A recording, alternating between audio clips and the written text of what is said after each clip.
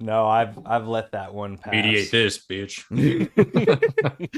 No, I've got like this set of headphones that I bought when we first moved to San Anselmo, which is it's a pretty I mean, it's like a 80 $100 pair of Shure headphones that were hella nice, and I was stoked about it, and they last me a long time. But I got two sets because for tracking, and my other set is the one that I would use when I was actually tracking, especially like vocals. And they're broken now because I was upset.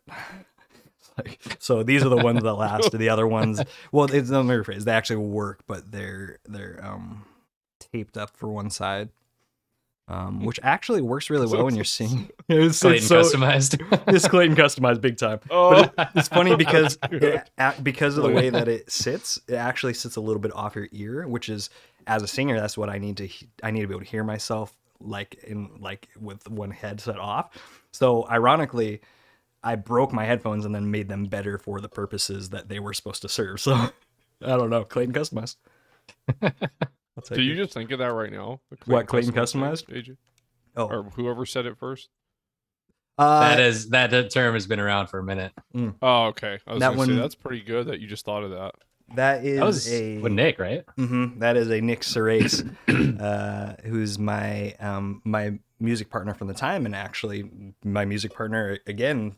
We weren't working together for a while, but he'll be stoked to hear that Andrew dropped the Clayton customized. But basically, Clayton customized anything that's broken because I'm gonna like it more. So like if something's jacked up, he'd be like, "Oh, it's Clayton customized." Dang it. Yeah. That's a wow. That's a I like that. I shouldn't say my music partner. We were all in a band together. Is really what it is at the time. I'm But pretty sure I met him once in Long Beach. I know we talked about that before, Clayton. I think I yeah, you definitely were around him, and my guess is that you guys were probably around each other more often than you even realized. But did. it's like one of those things where it's like, you were visiting Andrew, and I was probably hanging out with Nick, and like all of a sudden we're all at the house together. You know what I mean? So it's like Yeah. wouldn't have Yeah. been something where we're like, oh, we're hanging out with Nick. And actually, it wasn't always.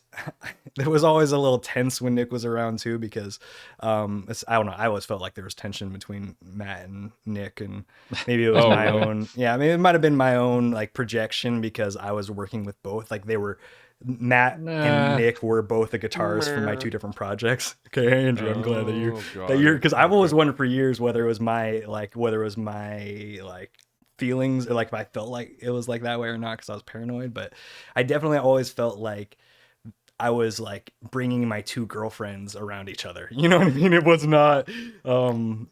Yeah, it wasn't a great look, and it was super like passive aggressive, and I don't know. It's and not There on was Nick's part. something there. And I say not on Nick's part, the passive aggressiveness, because that's just not Nick's bag. He's like, "What's up, guys?" It's like, Matt. "Let's do this." You know what I mean? And so, not calling anybody out, just saying it was tense sometimes. Dang. Do you guys miss the LB at all? Oh, really? Really? Yeah. Well, so Andrew, that's interesting because you didn't live there much longer. It wasn't that much longer that you lived there than me, but I would have expected you to say otherwise because I totally miss it. I miss things about it, but like I don't overall like I don't miss a lot of the people. I don't miss Mm, Mm. I mean the sunshine was nice, the weather was really nice, but it got kind of old after a while. Like I like seasons. Dude, yes. Robbie's gonna call you and 100%. be like, "You motherfucker, you don't miss me." Robbie's our one. Robert's our one friend from. I mean, we've got friends from Long Beach, but he was the one that like we're still in touch with today, and like I text on his birthday type thing. And so like people like him are exactly the things I miss about Long Beach too. Hanging out with that group and everything Mm. was so awesome. But like the general person down there just didn't. I mean, it wasn't like, yeah, I don't know. It wasn't. There's something not fulfilling about it, or Yeah. something Yeah, like standoffish. Like everybody was better than you, or something. Like Yeah. it's Did you? important to keep in. Oh, sorry. Go ahead, Clay. I was gonna say it's important to keep in mind that Andrew and I were there pursuing music professionally, and so also the people that we're around are Mm, generally people like I mean, I think LA is like that in general, but a lot of the people that we were around a lot were like there to make it, and you know what I mean. And as were we were trying to make a living making music, but there's this very palpable sense of what can you do for me in LA? Instead of, hey, Oh, I hi, I'm a hate person. that, dude. Yeah. That's exactly what it is right there. Oh my gosh. I once had hate I was that. working on my first album, and I was at some show, and there was some guy who did like moderately well on some talent show, you know, and he was a really great singer, and he performed and everything, and we were talking after, and I was like, yeah, I was all stoked. I was like, oh man, and he was right involved in this conversation with me. I was like, yeah, man, I'm working on my first album. I'm all stoked about it. Literally, the guy stopped talking to me, looked away, just like walked away from me mid conversation, because he realized that I was not somebody who was going to help him, like completely switch from hey, what's it, you know, this is great, to literally nothing. And that was Dude. a great example of like how it felt to be there, especially as somebody who's going there to be successful in media, you know. You know what other field is like that a lot? Is real estate. So I didn't get into it full. I'm not talking about like realtors. I'm talking about like people that real estate investors and people that fix and flip and wholesale and do all that. Makes sense. And because I was thinking about doing that for a while, like I was, you know, going through some courses and thought it'd be a, you know, a great way to accumulate wealth and everything, right?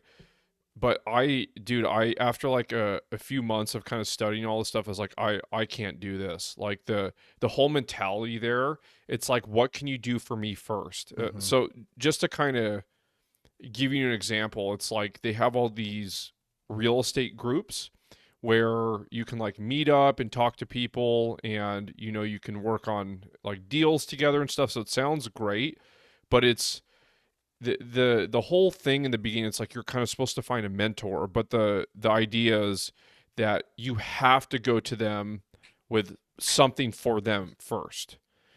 And to me personally, that's not a mentorship. Yep. Like that's a paid coach or service, which is fine, but that's completely different. That really pissed me off, because you shouldn't, like, if you're mentoring someone or helping someone with something, you shouldn't expect stuff in return. Totally. Like, that's insane to me. But that's maybe not everyone's like that in that field. That's just what I experienced. And then plus, I even went through this, like, not orientation, but it was a Zoom meeting to see if I wanted to get into this group, you know, because these people are balling out. I'm talking making like, you know, hundreds of thousands a month type of balling out. And at the end of the little Zoom meeting or presentation, basically it was saying, to get into the group, you have to agree and sign up to do these courses. Now, these courses, so if you do all of them, it would cost like over $20,000. And they start doing it turns into like a sales pitch and stuff, saying like, you know, even if you don't have the money, like, you know, you can do a payment plan. It's going to be worth it and all this stuff. And so at that point, I was like, like, I don't know if this is worth it, or if that seems a little crazy, that you're basically the fee is 20 grand to get into this group essentially. And the reason being is because they are affiliated with that education course, so they get commission when they sell the course. I called two of my friends that are in real estate, you know, one of them that makes about $2 million a year doing this stuff. So they're both experienced basically. And I told them what happened. They both said, absolutely don't do that. Yeah. So I'm really happy, because I was like close to doing it, because I'm like, okay, like 20 grand versus in a couple months it will, you know, pay off or whatever. But I just was very turned off by that whole industry. The like, no, serve me, then I'll help you.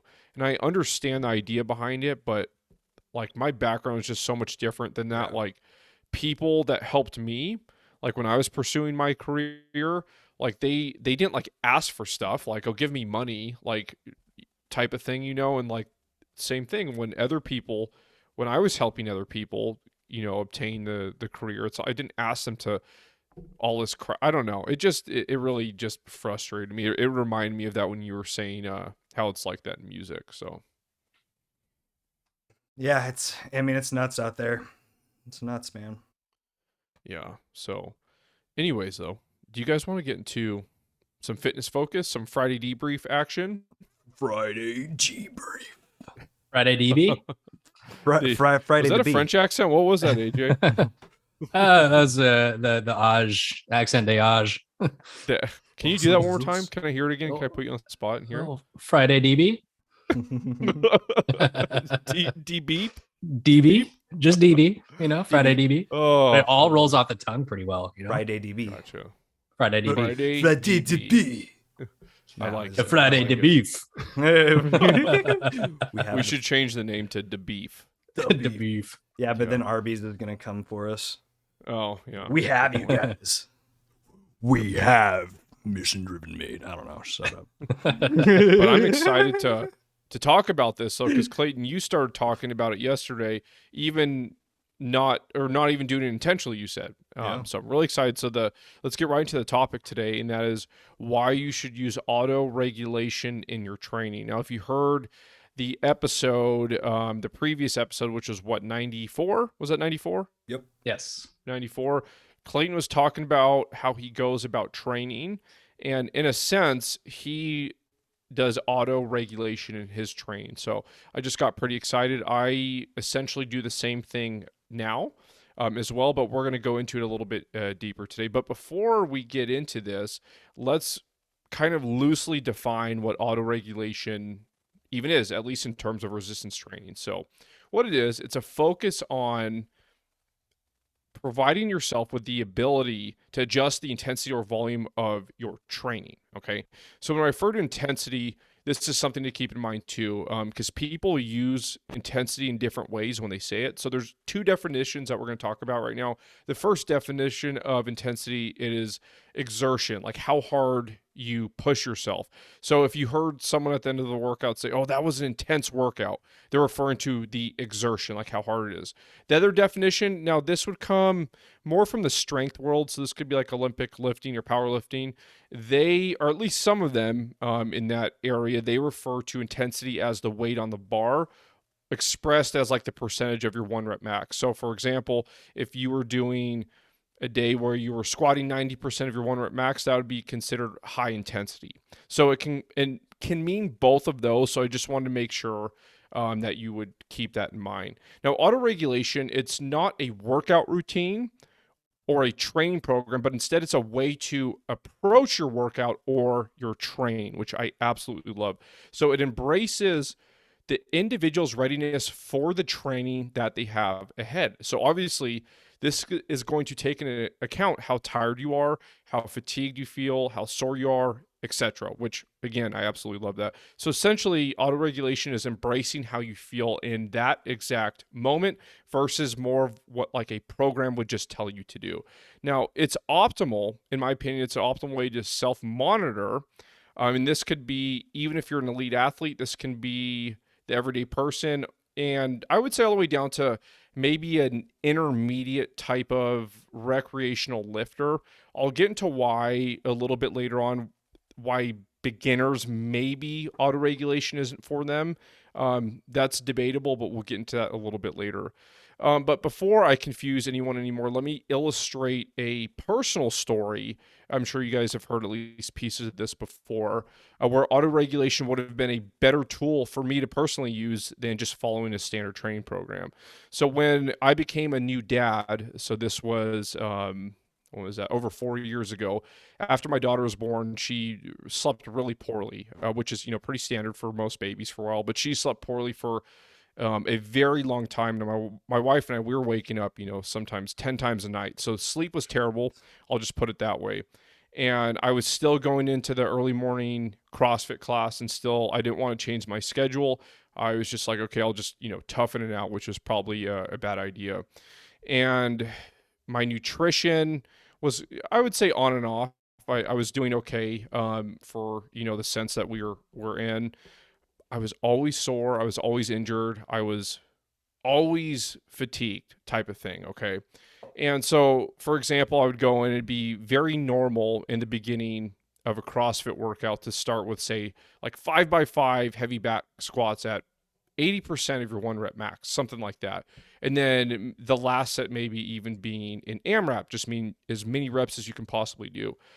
So at that time, going to failure on movements like that was probably not the best thing. And 80% felt so heavy to me. It felt like, because of how fatigued, sore, tired, lethargic, all those things, it felt like more 90 or 95%. And like I said, I was always just feeling like I was injured, especially my knee, my shoulder, my back, all that stuff. So instead of going through the standard programming that said, okay, you need to lift 80% of your 1 rep max today, I should have, or I could have used an auto regulation tool, which would have definitely been optimal for me in this situation. Now, at this point, you might be asking, what the heck am I even talking about? I haven't really even explained what the tool is. But we're going to go through two different methods. There's more than that. Technically, what Clayton was describing in the last episode, that is technically a form of auto-regulation. But I'm going to go over the two different methods that I would argue are the most popular. I'm going to do my best to describe this. I promise it's a very simple concept. And if you don't understand, that is my fault for not explaining it clearly. But I highly recommend after this episode, if you want to look up, even on Google, just type in, I'll go over the names in just a second, and you can see the charts there and physically see what I'm talking about. So I'm going to do my absolute best to explain it. So I'm going to start with the first auto-regulation tool or method that you can use. This was probably the more popular of these two, and this is called RPE, also known as the rate of perceived exertion. Now, the metric that you use here, okay, it's based on a scale of 1 to 10. So let's go through this again. I'm going to do my best not to confuse anyone. So scale of 1 to 10. Okay, so if you have an RPE 10, so if that's what you decide you're going to do that day, RPE 10, that's going to equal your max, aka you have no reps left in the tank at the end of the set. Make sense? So essentially, RPE 10 would be going to muscle failure. Okay, easy enough. Now let's move down on the chart. So an RPE 9, that would be again considered very challenging, but you put the weight away at the end of your set and you have like 1 rep left in the tank, if that can kind of make sense. So you have 1 rep left. So it's still hard, it's still challenging, but you don't go to complete failure. Now let's go to RPE 8. Same thing, it's going to be somewhat challenging, but you still have 2 reps left in the tank, okay? And now it's a 7, same thing. So RPE 7, it's going to be, again, that would be somewhat challenging, but you would have 3 reps left in the tank. So if you can kind of see the pattern that I'm doing here, all the way down to 1, that would be very easy, okay? So that is RPE. Now, I'm going to move on to the second method, and again, try not to confuse everyone. Now, this is called RIR, also known as reps in reserve. I think this one's a little bit easier for me to articulate, and it's probably easier to understand. It's essentially the inverse of the metric that I just gave you. So let me explain a little bit, okay? So this is measured by the amount of reps you have left in the tank at the end of the workout. So instead of starting at 10, like we did for RPE, we're going to start at 1. So an RIR of 1, all that means is you have 1 rep left in the tank at the end of your set. So that would equate to very heavy, okay? RIR 2, or reps in reserve 2, would equate to at the end of your set, you have 2 reps left in the tank. Okay, I think you guys are all getting the pattern. So they're very similar. It just, instead of RPE, it normally you look at it from a scale of 10 down to 1. With RIR, it's normally from a scale to 1 to 10. Okay, so if you did an RIR of 10, that would be considered very easy or very light. Now, these methods are great because it has to do with how you were feeling that day. That's what I absolutely love about these tools that we can use. So let me give you one last example. Again, let's see if I don't confuse everyone here. So say you have back squats programmed for the day, and you want to do a weight that is, say, moderately heavy for you. That's your goal for the day. Normally 200 pounds on your back squat feels moderately heavy for you, but you show up at the gym, you feel like crap, you didn't sleep, you're sore, you didn't eat very well, you just aren't feeling it. So that 200 pounds feels very heavy that day instead of moderately heavy. So instead, you're going to use 175 pounds. Now, using the RPE scale, you're going to use that and decide to do 3 sets with an RPE of 6. So if you remember, what is an RPE of 6? So it's kind of right in the middle. That's going to mean you have about 4 reps left in the tank when you are done with your set. So 6 being right in the middle of 1 and 10, we'll call that moderate right there, okay? So again, 10 RPE would equal a challenging weight to where you would go to failure and you couldn't do any. So 6, it's more in the middle. It feels moderate. Hopefully that made sense. Now, that's auto-regulation. And even though you would normally do this heavy weight, it doesn't matter. We're going off of how your body feels, not just what it says in your programming. And this kind of goes back to, like, Clay, when we were talking about cookie cutter programming, like, say you bought programming off the internet and it wasn't individualized to you, RPE would be great. Mixing this with going off, someone else's programming that isn't individualized to you, because at least at that point, you can make it specific to you, at least with the intensity part of it by using this. That's what I really, really love about this.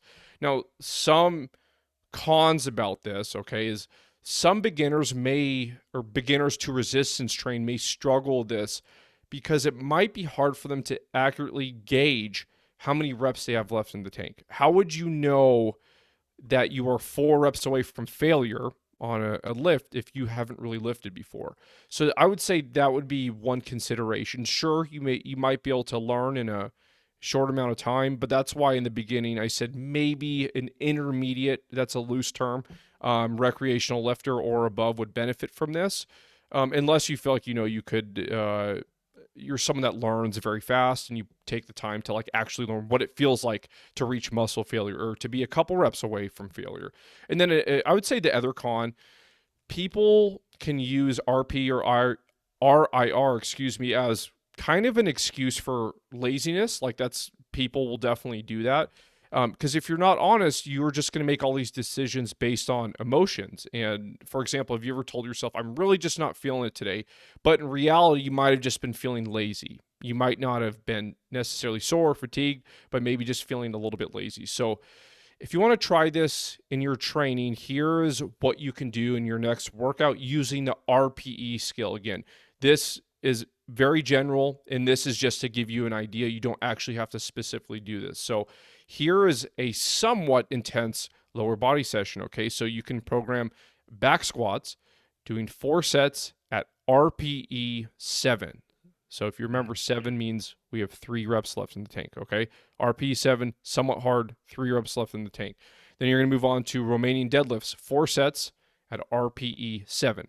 We're going to move on to leg extensions, okay? 3 sets at RPE 8. Okay, so as you see, the intensity is a little bit higher there. You'd only have 2 reps left in the tank at the end of each of those sets.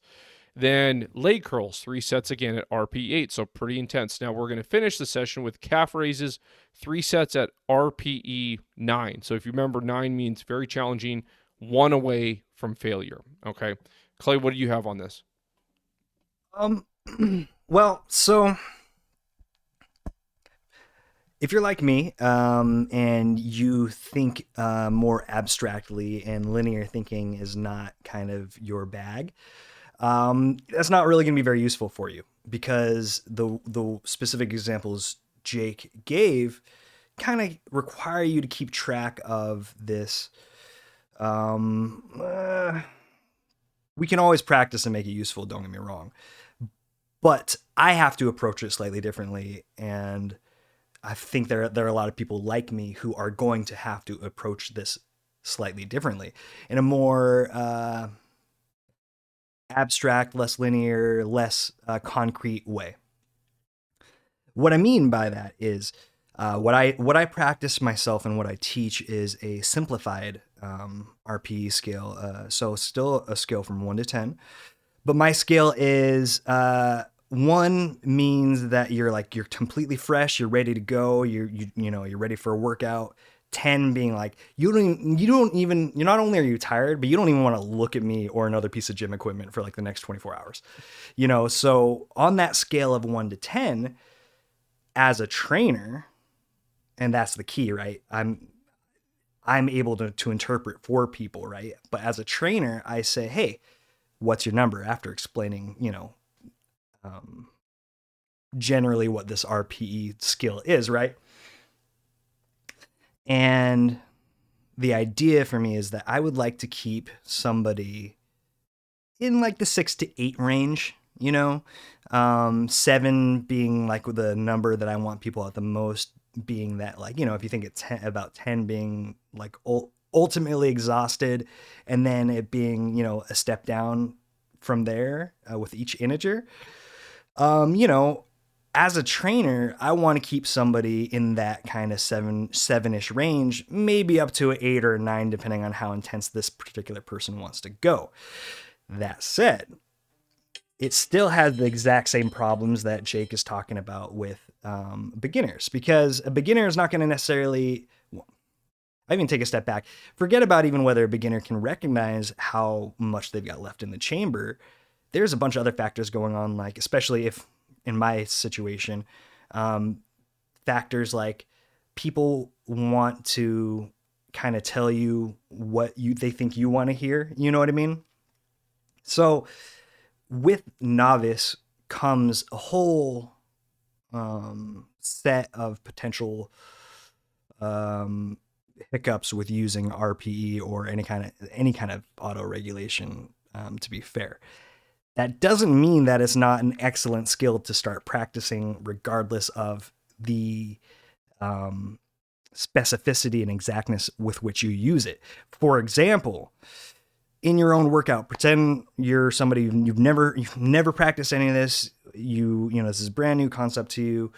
For me, it might look like, for a beginner with RPE, whether you're a beginner with lifting or not, would be like, okay, I feel like I could keep going, so keep going. Or I feel, this feels like it's so much that I don't want to keep going.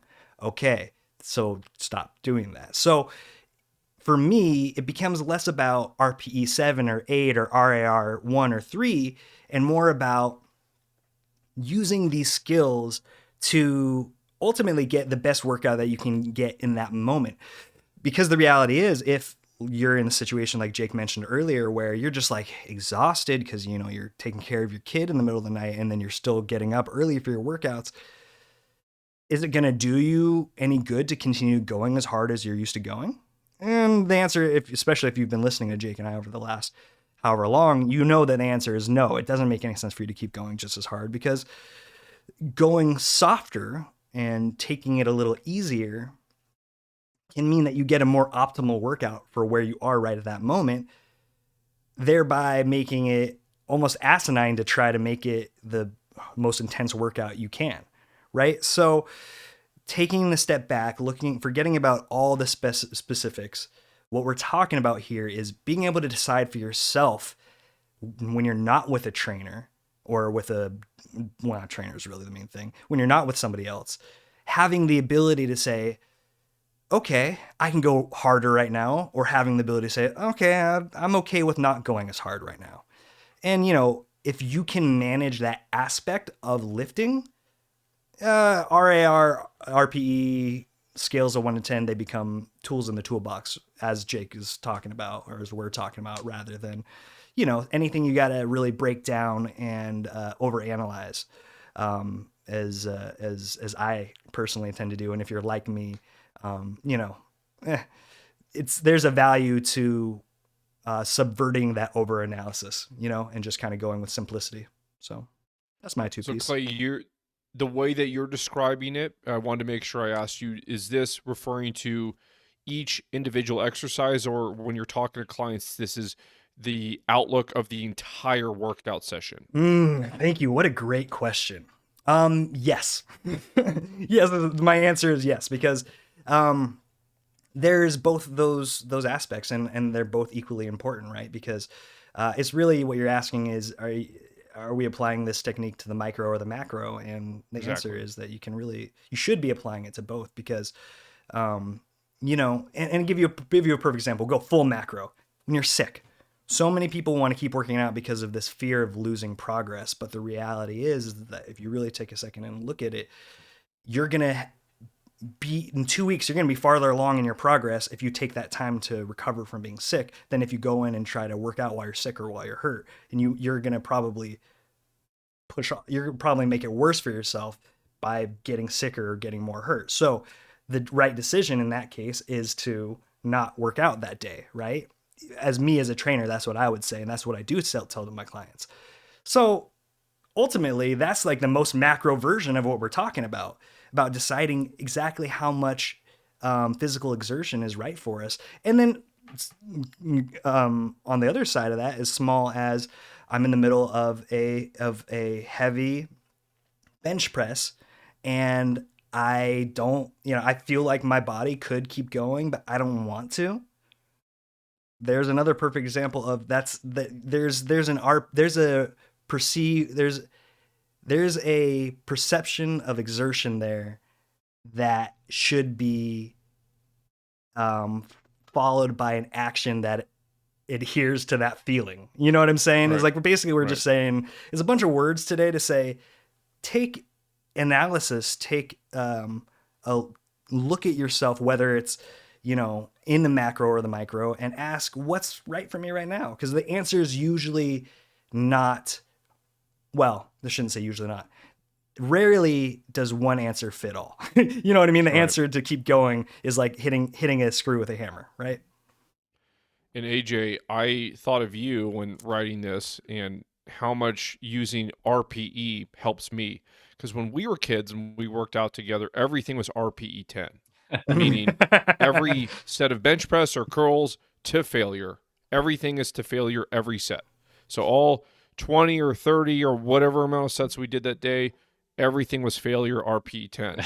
And it took me so long to understand when you reel it back a little bit with the exertion on every set, like doing these compound movements, sometimes even at RPE 5 or 6 or whatever it is, but just reeling it back, I actually have gotten way stronger doing it that way versus let's go to failure every set. And then the cost of fatigue is then going to outweigh my ability to recover, not just for my next session, but, my next set, so I thought of us like, 16-year-olds or whatever it was, lifting together. And I'm pretty sure if I remember, you did the same thing. Like everything was just kind of to failure full set. Yeah, 100%. And over time, honestly, it was a negative effect for me because, continuing with that high intensity training and stuff like that, like you do get that mental, physical fatigue and a lack of motivation too. And it just, when you start to take yourself back a little bit and adjust your workload with each training session,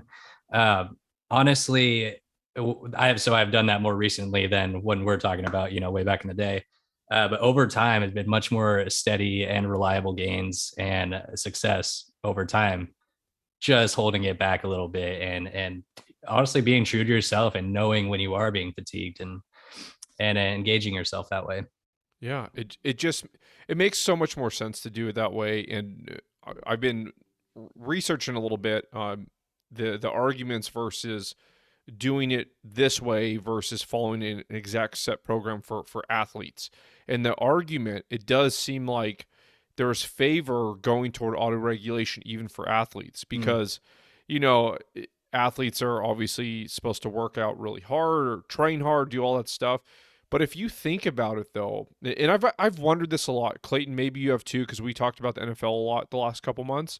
Something I've always wondered, I've never trained an NFL athlete, but they do such a, I don't want to say high intensity sport. They're beat up after every single game. Their bodies are beat up all the time while they're in season. They're pretty fatigued from what I've heard from players before, right? Yeah. And, even preseason, they still have games, they still have mini camp, they still have training camp, and they're doing strength and conditioning on top of this. They're lifting weights. So I always think like, do they go too far with that? Because really the resistance training, the strength training, that's supposed to help improve their sport. Now, if you're so fatigued from doing these things, it seems as though it could be of a detriment, at least to some people. You know what I mean? I know some people, some elite athletes respond very well, recover very fast, really strong. They put on muscle really easy, all that stuff. But I always thought, and this sounds funny even that I'm saying this, but for even some pro athletes to reel it back a little bit, at least with resistance training, especially since a lot of them are doing hours and hours of their sport, which is exercise and movement as well. So it's a very interesting idea. I just think for some like old school strength and conditioning coaches, that'd be really hard to basically tell their, athletes, oh yeah, we're going to RPE 7 today or 8, to go off how you feel. Right. And then, all the people that don't want to, that have no interest in weight training, they're just going to lollygag the whole time. So I don't know. It is very interesting, but I see it as a benefit from the elite athlete all the way down to someone that recreational lifter in the gym. Dude, you made me just think about is when OBJ hurt himself in the Super Bowl. And it's funny that you say that. I remember thinking about this at that moment, being like, dude, this guy just goes so hard. He just goes so freaking hard all the time that he gets hurt constantly, right? And you see that this seems to be a theme with the highest performing of the high performing athletes, right? Yeah, that's what I'm saying. Well, and if you take that down to our level, but to a more, less elite level and less like high performance level, we tell our clients not to overtrain so they don't hurt themselves. So, and then all of a sudden now we're telling our most trained people, don't worry about it. You know what I mean? Yeah. The reality is that there's a money train. And everyone's trying to make the money train keep chugging along, right? So It's interesting to me. I bet you that right now, what we touched on, and what you specifically just said, is something that they're talking about right now in the NFL, like currently, because of how many injuries have been happening in the last couple of years, and how the rules have been changing to better facilitate less injury. Well, if they're really trying to make that change in the NFL to better protect their players, it's worth considering, and I'm sure it's being considered, exactly what we're talking about, which is training, or at least maybe rehearsing, maybe the less. Yeah. I mean, even that's a great example though, because, a lot of when players are recovering, they stop doing the impact, right? So even that's a version of that. But anyway, it's interesting to think about. I'm right there with you. And I would be curious to talk to somebody who was training these high level athletes that would really weigh in on this conversation at a more valid level. Sorry, go ahead, Jake. Oh yeah, I was just gonna say, like, I don't know of any data on stuff like this, and since it is such a high impact sport, I mean, what I'm saying, like, it might not even apply because a lot of the injuries are due to this high impact. Sure. So in sense, injury, pain, and all these things, it's so nuanced how it even happens. It's very hard to say, like, okay, if they reeled back their strength training a little bit, or their, how hard they train in practice, like if they did that, if that would equate to less injuries. I don't have the answer for that. That's more of just somewhere my mind's going right now, just thinking if they reeled it back just a tiny bit, just a little bit, if that would equate to less injuries. I'm not confident either way, but it is a question, that we could definitely ask. I think they had talked about doing, this is the NFL in particular, and I'd have to look it up and come back to another time and get confirmation on this. But I think they were talking about getting rid of like the Thursday night games because those were shorter weeks for people. Interesting. So like if they were to play on a Sunday or Sunday night, right? Some teams, 2 teams have their next game on Thursday, which only gives them 4 days of a break. And I think that they are trying to not necessarily abolish that, but try to schedule it in a way where teams aren't, I think, getting rid of the Thursday game. So there is a bigger gap in between games, and then seeing what the correlation between injuries and players are. Oh, okay. Interesting. Maybe it's because they added that extra game too. this last year, right? Yeah, that another week. Dude, it's so hard though as a fan. It's like, I love that there's football on Sunday, Monday, and then you have Thursday, and then randomly if stuff happens, like games will be on like a Friday or whenever, like I mean, that's obviously not common, but I love that it's on Thursday. Adeline doesn't necessarily love that because, well, here's the thing though, she's starting to like football and like the Raiders. I've been working on that for years, but still though, I know she's not a fan of like football on like half the week or whatever. But that is very interesting. AJ, did you say like that's an actual thing they're working on right now, seeing if they're going to do that and seeing if it equates to less injury? Yeah, so that's it. And I want to look it up again just to get confirmation on that. But I believe I had heard something on the news. It was like ESPN about the NFL talking about it. Probably not going to be in effect next year or something like that, but it is in conversation. Okay. And Interesting. they'll just to punish the players, they'll probably just add a 18th game. There you there. go. But dude, imagine that. So they do their preseason, training camp, which they have to go full send during training camp because they're competing for limited positions. Everyone is. Right. And then from there, they have their preseason games. I think they have 3, if I'm not mistaken. And then 17 regular season games, and then the playoffs in Super Bowl. So it's like, can you imagine how many times you're being contacted by someone else, how many times you're getting hit, how many times you're weight training also, like all these things that could accumulate to more fatigue. I mean, they must be just beat up by the end of the season, or at least that's what I would imagine. But it's also hard though, because look at the environment they're in. How can you tell these people who are competing for a spot, right, on the roster, how can you tell anyone to reel back, whether that's in resistance training, whether that's during camp, whether that's in practice? It's like telling people to go race outside, but you have to walk. You know what I mean? Like, I don't know how they would do it, but it's very interesting. So to be fair, that's kind of the same conversation we've been having surrounding contact, right? Specifically in this game, is like, at what point do we start to lose what like the sport is? And unfortunately, because like we want people to not have brain injury, we want people to not like, but at the same time, it's like, that's kind of the nature of the beast. Yeah. Yeah. Did you ever see the movie Concussion with Will Smith? No, I was too the subject matter is too depressing for me as someone who's gotten many concussions. But I am interested in the story. Such a good movie. Is it good? I've heard good things. And I love Will Smith too. But yeah, it's all about the concussion stuff in the NFL and all that. So I feel like it's not just going to be and maybe I'm mistaken having not seen the movie, but I feel like it's going to be depressing almost more from like a cultural standpoint about how we don't want to change, even though like things need to be changed, and how resistant people are. And that sounds shitty. If I remember correctly, it's been a while since I've seen the whole movie, but this doctor, I'm trying to remember his specialty. It's at the tip of my tongue. But anyways, though, he basically was showing them proof how, the not TBIs, but what is the condition that a lot of football players were getting? You guys know what I'm talking about, the brain injury from trauma over all those years. What is that? What is that? CTE. CTE. Yeah, thank I was you. gonna say Sarah something, right? It's like So CTE. So it's the movie's about that, and he's trying to tell some of the like surgeons or NFL doctors, like, look, here's the data on this, but the NFL is a very powerful organization, obviously, and so it's like kind of this clash between him and the NFL essentially. But it was a legit movie though. So CTE is interesting too, because that's not something that you can find out if someone has until they have passed away, I believe, right?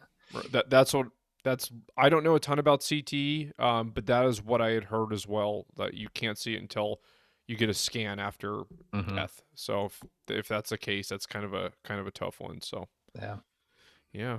Well, everyone, thank you so much for tuning into the podcast today. And I know we started talking about football again. Clayton and I said we would wait at least a couple months.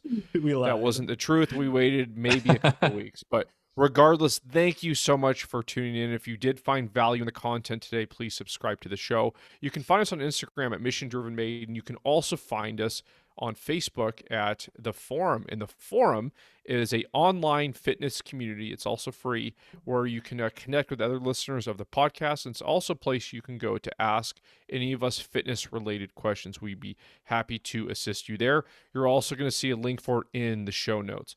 All right, everyone, we hope you have a fantastic rest of your Friday. And until next time, stay mission-driven.